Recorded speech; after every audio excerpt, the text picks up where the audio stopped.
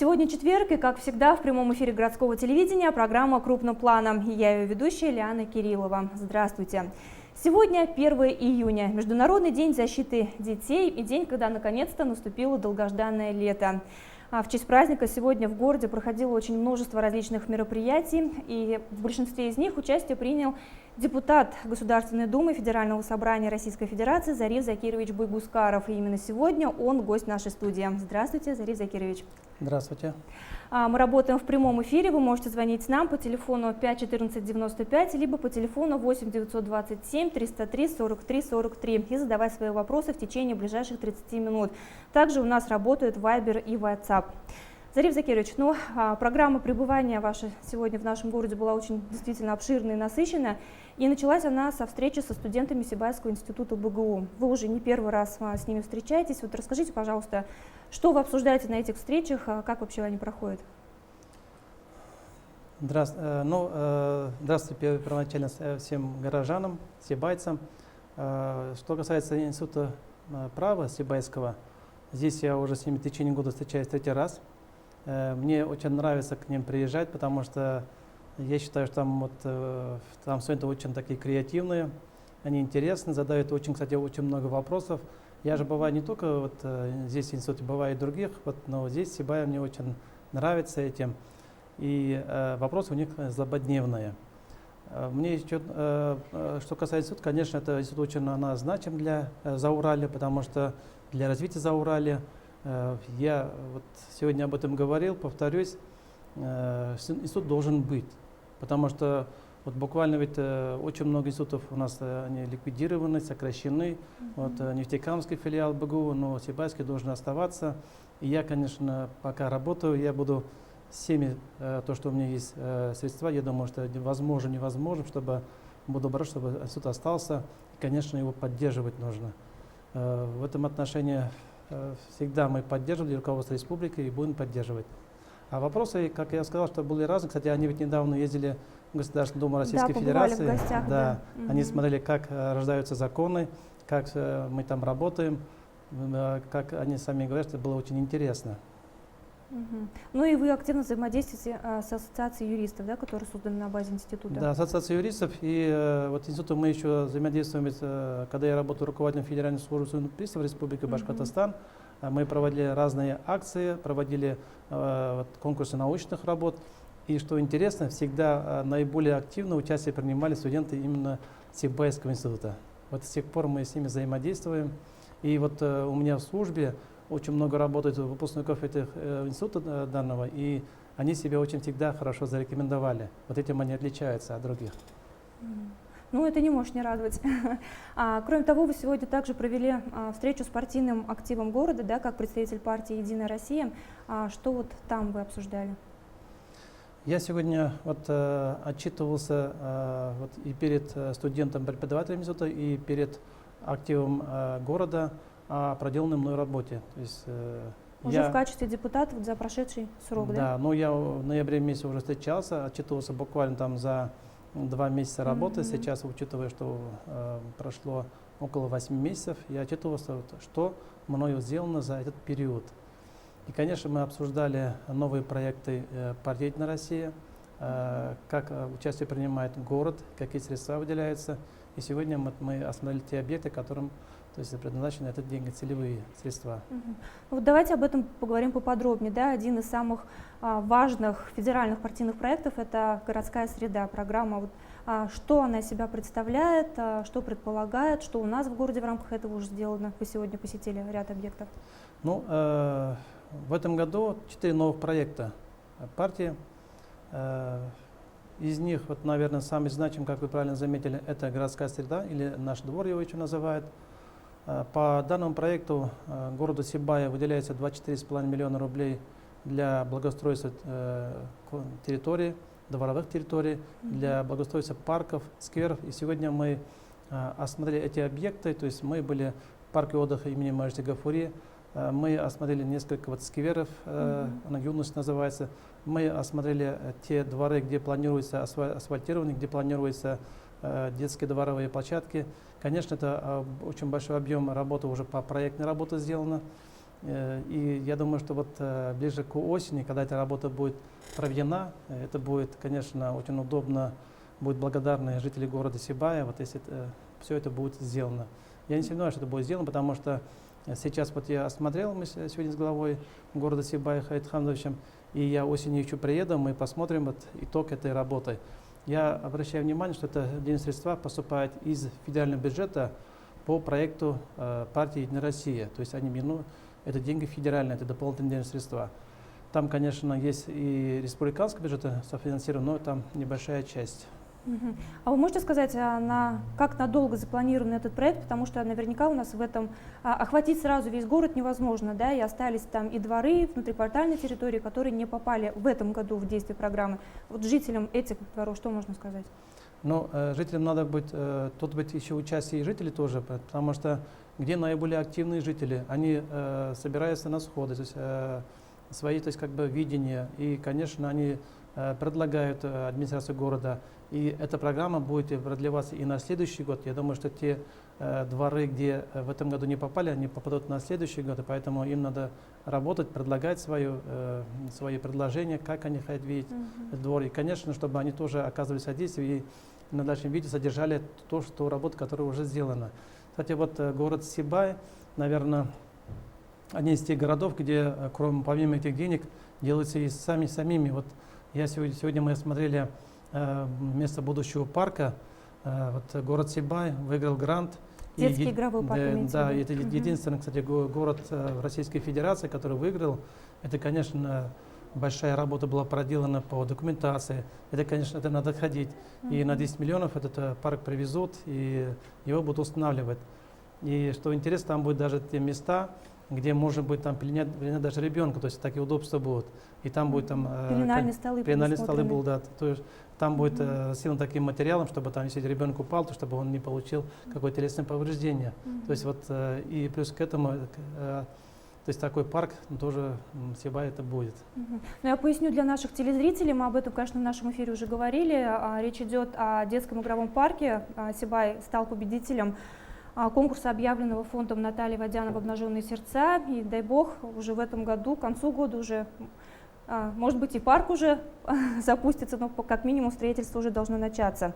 Помимо городской среды, вы сказали, еще 3 проекта действуют, да, один из них театр малых городов. Вот на ваш взгляд, почему важно сохранять такие объекты культуры даже в малых городах? То есть, понятно, тот же Петербург, Москва, да, там эта культура, она как-то больше развита, люди там постоянно ходят в театры, там очень большие постановки яркие ставятся.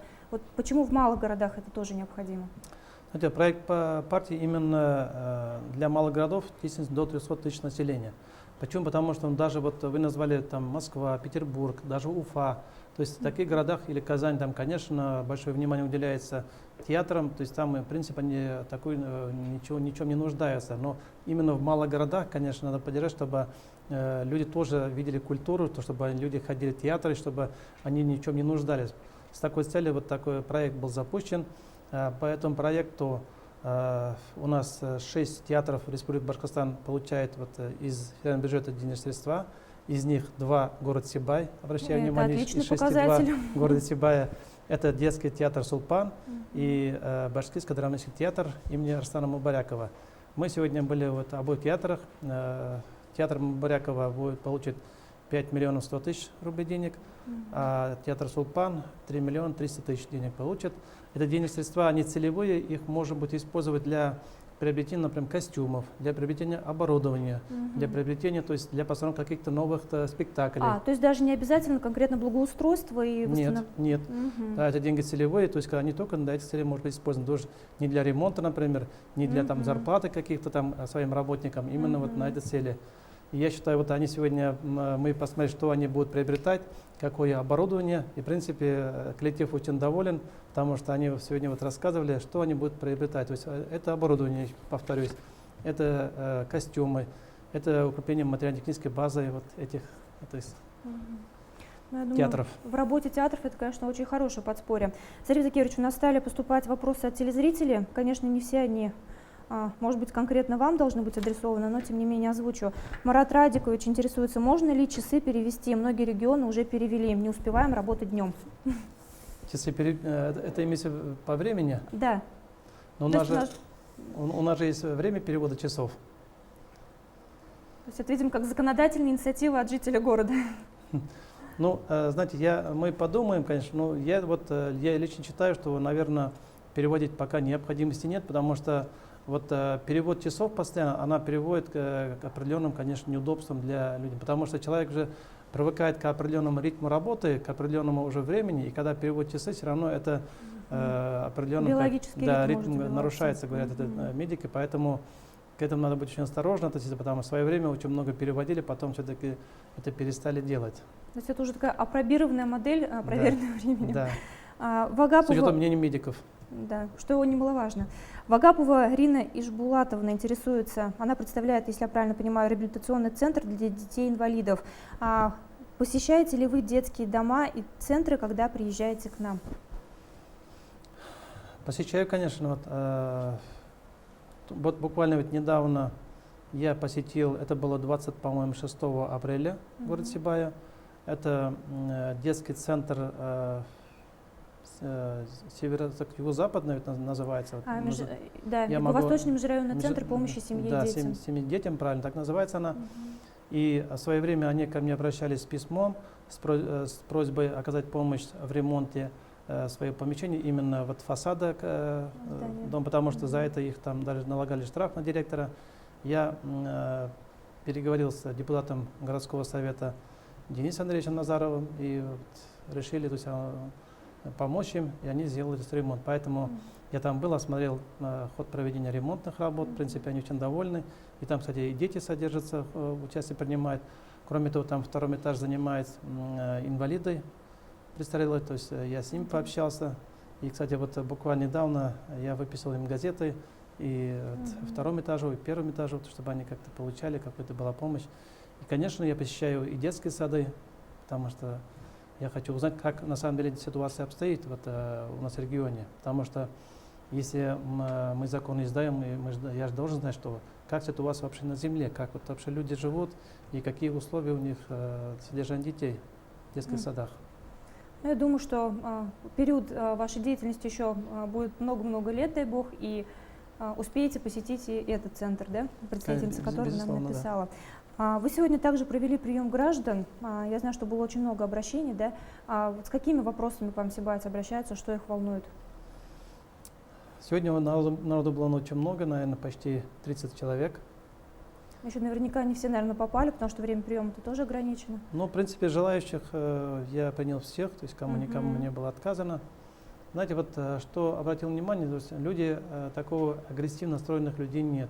Да, люди идут со своими проблемами, со своими вопросами, идут за консультациями, но вопросы разные, то есть это и жилищные вопросы, это вопросы, касающиеся судебно-правового характера, это вопросы освещения, это вопросы строительства дорог, не только там Сибая, но и других районов, там Зауралья. То есть вопросов очень много. Некоторым я просто даю письменные, то есть устные консультации. В принципе, они говорят, что нам этого достаточно, спасибо. А кто-то там по трудоустройству вопросы, в принципе, разные. И я повторюсь, каждому, конечно, я оказываю помощь посильную, насколько это возможно. Только за последние практически 8 месяцев работы я принял более 450 человек на личном приеме. Это не считая те обращения, которые поступают по почте. Ну, население активное, это тоже хорошо. Но люди Сибая активны. То есть у них, кстати, некоторые приходят просто с инициативой о внесении законопроектов. Да, вот они говорят, мы считаем, что вот такую статью Уголовного кодекса даже некоторые, что вот надо внести изменения. Некоторые вот такой законопроект, может быть, внести для рассмотрения, вот мы так считаем. В принципе, тоже это.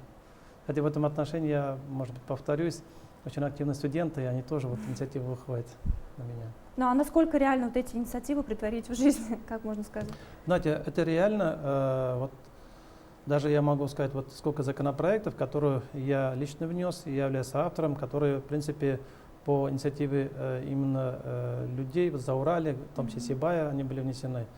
Вот я являюсь автором, я сам разработал законопроект, согласно которого Федеральной службе судебных приставов будет дано полномочия по задержанию и доставлению людей, которые отказываются платить алименты своим детям.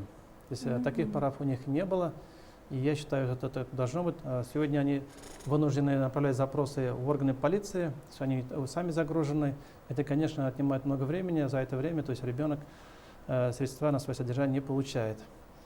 Кстати, 9 июня я буду ее представлять в всей Государственной Думе, отвечать на вопросы своих коллег. Кроме этого, меня просили мои избиратели, чтобы разрешить сельским жителям бесплатно получать на дрова вот сухой лес или валежник. Поэтому я являюсь автором, такой законопроект внесли на рассмотрение, согласно которого, то есть, люди будут получать их бесплатно. Ну, потому что люди все равно, если даже есть газ, все равно топят баню дровами, и на как эти иные нужды, строительные вопросы, они могут его использовать. Это и другую роль будет играть, потому что сегодня лес завален этими валежниками, это пожароопасно. Если, не дай бог, какой-то пожар, проехать автомашинам, то техника не будет невозможно, потому что дорога завалена. Поэтому я считаю, что законопроект имеет перспективу, мы его должны будем принять. Кроме этого, я являюсь автором законопроекта об усилении ответственности за незаконную продажу алкогольной продукции. Это тоже вот люди ко мне приходили на прием и просили, потому что сегодня за незаконную продажу вот алкогольной продукции предусмотрен штраф в размере 2000 рублей. Это, конечно, мизерно мало. Речь идет о том, кто, допустим, из квартиры торгует, да? Да? Кстати, в том числе из магазинов незаконно. Если, например, не имея лицензию, продает спиртное, либо левое спиртное, либо без лицензии, то есть тоже там ответственность будет. Будет там штраф там, 300 тысяч рублей, конфискация этого незаконного проданного спиртных напитков. Если же, например, наступили тяжкие последствия, например, человек от употребления такого спиртного скончался, то это будет и нести уголовную ответственность. А в отношении магазинов предусмотрено там крупные штрафы до 1 миллиона рублей, либо вообще приостановление деятельности этого магазина. Я считаю, вот это у нас поможет бороться с этим злом. Но это то, что пока находится в разработке, так ведь? Вот по усилению ответственности за незаконную продажу алкогольной продукции, она уже принята в первом чтении. Вот скоро мы будем рассматривать во втором чтении. Ну, потому что действительно проблема наболевшая, да, и там что значит 2000 рублей для тех, кто торгует постоянно, они там гораздо больше зарабатывают. Кстати, вот в городе Сибая и Баймаке тоже люди мне просили, чтобы ввести ответственность за избиение врачей там, или за насилие в отношении врачей, которые применяют, потому что, как мне рассказывали, они говорят, вот бывает, что приходишь по вызову в квартиру, какой-то дом, а там пьяные, то есть они просто врача, то есть как бы избивают. И поэтому такой законопроект тоже в Госдуму внесен, я тоже являюсь соавтором. Суть законопроекта заключается в том, что, например, если человек, то есть врач приехал там оказывать помощь, и его там не пускают к больному, и в результате чего больной умирает, не получив необходимой помощи, то есть в этом случае будет предусмотрена уголовная ответственность. И врачи будут расцениваться как при исполнении служебных обязанностей, то есть такая же будет ответственность, как, например, если при насилии повреждения работникам полиции. И это же есть другая сторона медали. Вот, например, если один, например, фельдшер или врач обслуживает там несколько деревень, там 5 деревень возьмем, это касается сельского места, например, Баймакского района. Если там избили фельдшера, и кому-то стало плохо, и этот человек не может получить необходимую помощь медицинскую своевременной, и может просто скончаться. То есть этим она и опасна, это преступление. И один еще законопроект тоже было внесено в Госдуму, я тоже являюсь автором, это касается воспрепятствования деятельности работников скорой помощи. Бывают случаи, наверное, тоже видели, когда скорая помощь едет, там, автомашина просто специально, умышленно, причем его не пропускает. Я понимаю, что если, например, у него не пропускают, там ему просто некуда. Кто-то ждет помощи. Кто-то из вредности это делает. И если, например, из-за этого его умышленных действий человек, не получив помощь, скорую помощь, погибает, то есть тоже будет нести уголовную ответственность. А если же такие последствия не наступили, то в этом случае будет административную ответственность нести Там предусмотрено лишение прав до полтора года и штраф 50 тысяч рублей. То есть такие вот законопроекты у нас внесены. Я думаю, что мы их в скором времени примем. Да, очень своевременно и актуально. Уважаемые телезрители, я напоминаю, что мы работаем в прямом эфире, у нас осталось не так много времени. Если вы хотите задать свои вопросы, звоните 5-14-95 и 8-927-303-43-43. Сегодня гость студии, депутат Государственной Думы Российской Федерации Зариф Закирович Байгускаров. Зариф Закирович, расскажите немножко о вашей деятельности. То есть в Госдуме созданы комитеты. Вот в каком комитете вы и что там по этой линии тоже делается? Да, в Госдуме 26 комитетов. Я член комитета по государственному строительству и законодательству. Всего у нас находится на рассмотрении более 2000 законопроектов.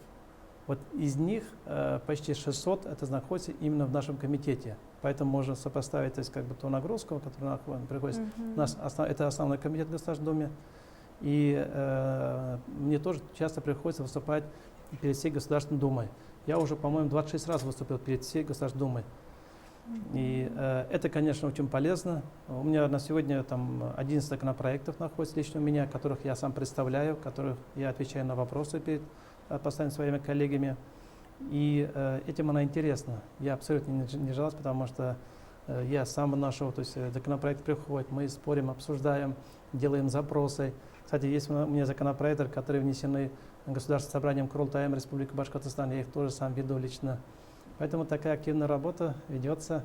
Я, кроме этого, учитывая, что я работал с федеральным судьей, меня включили в рабочую группу при зампредседателя Государственной Думы Ирине Анатольевне Яровой. Мы сейчас разрабатываем законопроект об усилении ответственности в отношении лиц, которые совершили преступление против половой неприкосновенности детей. То есть, если, например, совершили в отношении детей преступления, чтобы после освобождения за ним был надлежащий контроль, надзор, потому что, к великому сожалению, они вновь совершают преступления, то есть в отношении детей. Поэтому мы считаем, что это ненормально. И, конечно, мы предлагаем усилить ответственность, чтобы они больше времени находились в местах лишения свободы и, конечно, проходили лечение соответствующее. Да, и буквально сегодня, как вы наверняка знаете, очень трагическая новость поступила. Месяц назад в Белорецке пропала 9-летняя девочка. Да, сегодня стало известно, что ее труп нашли с признаками насильственной смерти. И вот действительно люди, которые просто способны на такое, я не знаю их. Конечно, смертной казни в нашей стране нет, но мне кажется, вот как мама я прекрасно понимаю родителей, это просто ужасно. Кстати говоря, знаете, даже я по одному законопроекту выступал перед Государственной Думой, и мне задавали вопросы мои коллеги. И я ответил примерно так. То есть тоже это был вопрос на эту тему был. И я сказал, знаете, говорю, что касается вот их называть педофилами, педофил, говорю, есть в некоторых странах такая мера, например, если он отбывает наказание, как, например, у нас, так и в других странах, если за примером поведения, они имеют право выходить на свободу досрочно, там, на год, на 2 года, в зависимости, какое было преступление и сколько он отбыл час наказания. И мне задали вопрос, что можно ли так сделать, чтобы педофилы вообще их на свободу не выпускать. Да, но я сказал, что не выпускать мы их не имеем права, но второй вопрос, досрочным выпуском можно рассмотреть пример взять из других стран, где, например, он отбывает определенный час наказания, ему говорят, проходите химическую кастрацию, и вы на 2 года, например, выйдете на волю досрочно. Если вы не согласны на кастрацию, то есть химическую, пожалуйста, вы будете выходить как положено через 2 года. Это его выбор. Я просто предложил, что мы можем рассмотреть, чтобы, может быть, тоже такой законопроект нам внести его в Госдуму и у нас. Зариф Закирович, Международный день защиты детей, а как вы вообще считаете, у нас в стране защита материнства и детства, вот насколько развита? Сказать, что у нас она полностью совершенно и проблем нет, конечно, это будет не совсем правильно, учитывая возможности нашего государства. Вопросы решены, конечно, над ними еще надо будет работать. Также у нас есть ряд законопроектов, которые, вот, чтобы по защите детей, интересы детей, что защите матерей. Но вы знаете, что есть ведь у нас закон, согласно которого на 2-го ребенка из федерального бюджета получают 450 рублей для улучшения жилищных условий. Но и, наверное, самое отрадное то, что в Республике Башкортостан, главой Республики Башкортостан был подписан соответствующий указ, согласно которого на первого ребенка семья получает 30 тысяч рублей для улучшения жилищных условий. Это получается 750 тысяч. В принципе, это, я считаю, хорошая помощь. Вот я посмотрел, ни в одном другом субъекте Российской Федерации такой помощи нет. То есть там есть где-то 50 тысяч, где-то вот 100 тысяч, но не больше 100 тысяч выделяют на первого ребенка. Но чтобы 300 тысяч такой суммы, конечно, нет нигде. Поэтому сегодня, наверное, молодежи можно, где-то зависит, конечно, государство такую помощь оказывает. Раньше ведь никакой помощи такой не было. Деньги на улучшение жилищных условий совсем не выделяли. Ну да, особенно для молодых семей это, конечно, очень хорошее подспорье. Зарис Закирович, ну вы, несмотря на то, что вы всего 8 месяцев или уже 8 месяцев являетесь депутатом, вы уже достаточно много раз были в нашем городе, да, и вот буквально месяц назад вы приняли участие в Сибайском полумарафоне, да, вы сами бежали дистанцию 2 километра, да? 10 километров. 10 километров? Ой, да. Точно, 10 километров. Несмотря на такой напряженный график работы, находите время заниматься спортом? Потому что вот так вот встать и 10 километров пробежать, это как бы тоже серьезное испытание. Знаете, я честно скажу, что не бежал 30 лет. Я 10 километров бежал, когда служил в рядах Советской армии. С тех пор я не бегал, но я, в принципе, себе уверен. Я знал, что я пробегу. Хотел, конечно, себя проверить. Причем я приехал прямо из Москвы, буквально с аэропорта, то есть не спавший, ничего. В принципе, нормально. Я считаю, что мужчина должен быть всегда, как говорится, наготове, всегда должен, потому что он воин, он должен быть физически выносливым. Я даже вот когда прибежал, у меня была еще сила, я мог, в принципе, еще пробежать, может быть, километров 10, в принципе, мог пробежать. И знаете, вот мне было, наверное, может, хорошо бежать даже, вернее, легко бежать, потому что поддерживали сибайцы. Вот они стояли и всегда кричали, поддерживали морально. Это, конечно, было приятно, это было, так сказать, придавало сил. И, в принципе, и ведь воздух чистый у себя. Это, конечно, не Москва и не Уфа. Надо честно сказать, что это, конечно, здорово.